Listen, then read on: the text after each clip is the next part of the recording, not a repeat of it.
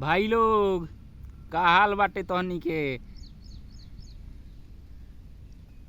बढ़िया बानी लोगन रउआ लोगन। आज हम शिल्पी राज जी के बारे में बात करें। आज उनकर उद्घाटन कल जाई शिल्पी राज जी के। ठीक बा। शिल्पी राज जी एगो गाना में गईले बारी, हई कटीली नचनिया हम आ नाची ले चौकी तूर के। बढ़िया बा शिल्पी राज जी हो, बढ़िया बा। नाच मंडली में तहरा पहुँच गईला से आदमी के और नाच देखे में मजा आई। ठीक बाटे नु।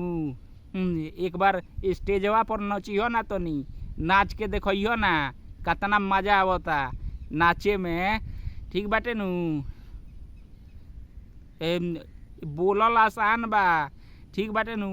इ गाना में गावल बहुत आसान बा, लेकिन तनी एक बार नाच के देखियो ना कभी स्टेजवा पर, लाग जाई पता तहरा नाचे में। ठीक बा नु। शिल्पी राज जी मुँह से कहल बहुत आसान बा, गाना में गावल आसान बा। जे लोग नाचेला नु नचनिया लोग, हई गोर के छाला हतना मोटा मोटा हो जाला, नीचे के परत गोर के नाचत नाचत। ठीक बा। हई कटीली नचनिया हम। ठीक बाटे, कोई बात ना। ऑर्केस्ट्रा में चली नाची रहुओ शिल्पी राज जी, चली ऑर्केस्ट्रा में नाची रहुओ। ठीक बा नु। आ पब्लिक देखी रहुआ के। ठीक बा, मजा आई। ठीक बाटे नु। देखे में पब्लिक का खूब राउर नाच। शिल्पी राज जी केहू के मजाक बनावतानी गाना में अपना।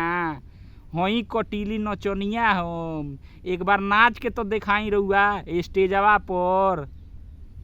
ठीक बा।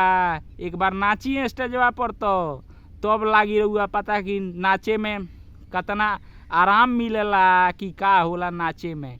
ठीक बाटे नु। गाना में गावल अलग बात बा, आ स्टेज पर चढ़ के नाचल अलग बात बा। ठीक बाटे नु।